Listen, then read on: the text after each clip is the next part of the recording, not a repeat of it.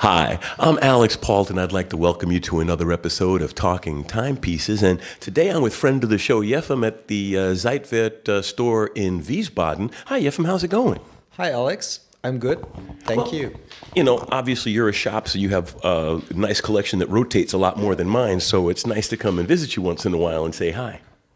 Yeah, it's always good to have you here.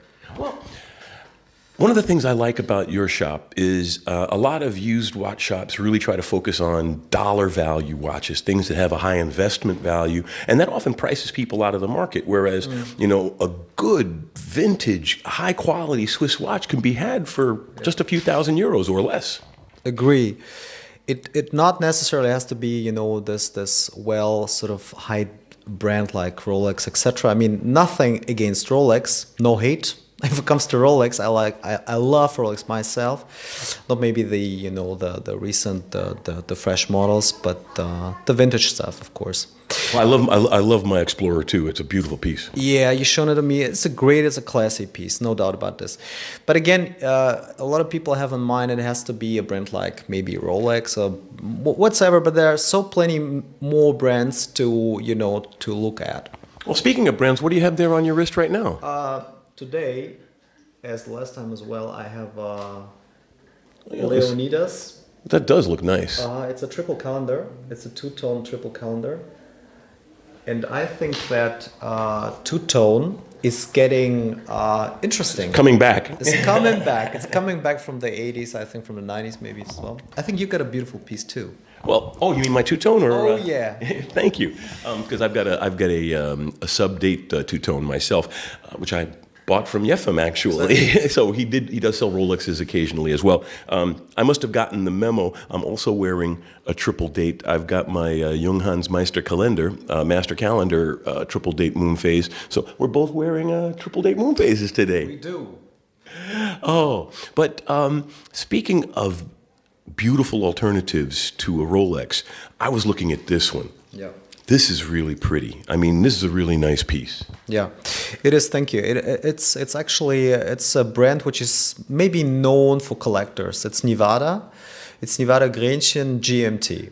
So it's a beautiful Valjoux 7-4 movement. It's got a Pepsi GMT bezel to set the second time. And it's bidirectional. A lot of watches that say they're GMT have a monodirectional.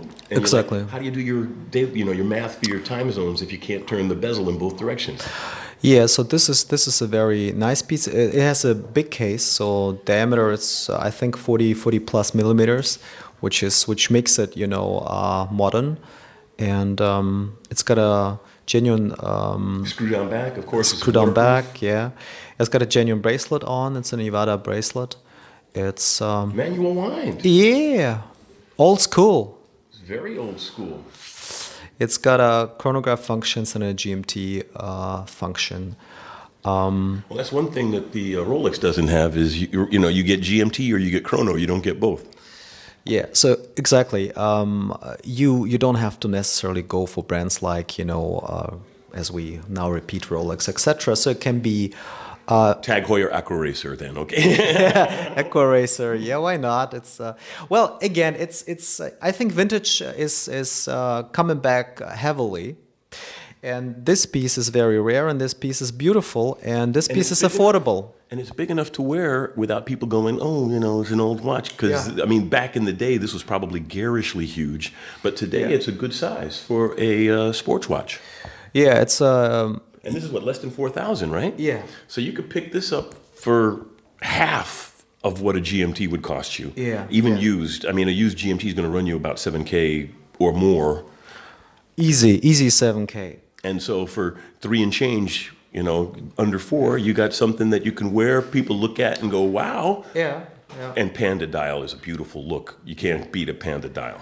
I mean, the whole watch is so nice to look at, and it reminds us back at this time, 60s, 70s, but it's timeless. Yes, it is. Talking about another timeless watch, this one shows its age, though. It carries it very strongly. Here, your turn to play with the watch. Yeah, thank you. Something completely different and very affordable if it comes to price. It's a Landeron chronograph. The case has been at some stage re-chromed, which shows the love that has been, shown to this watch from the pre-owner whatsoever.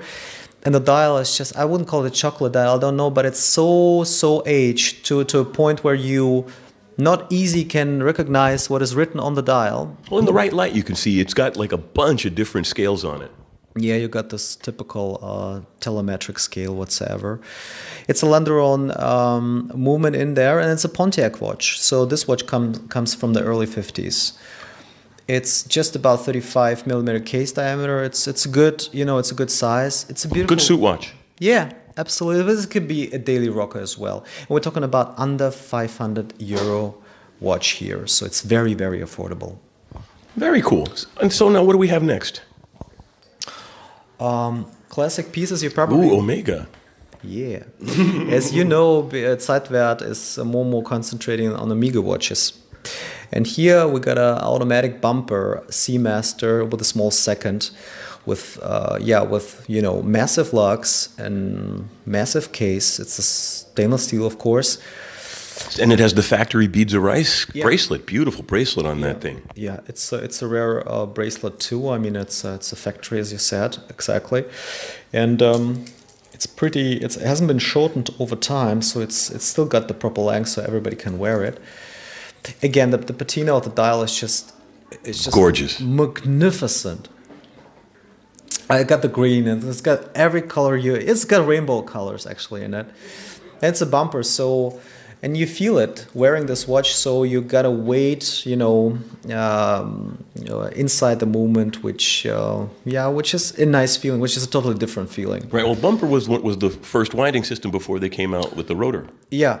I don't know who patented it. Probably not Rolex. No. The bumper or the rotor? The rotor. Eterna. Kentucky.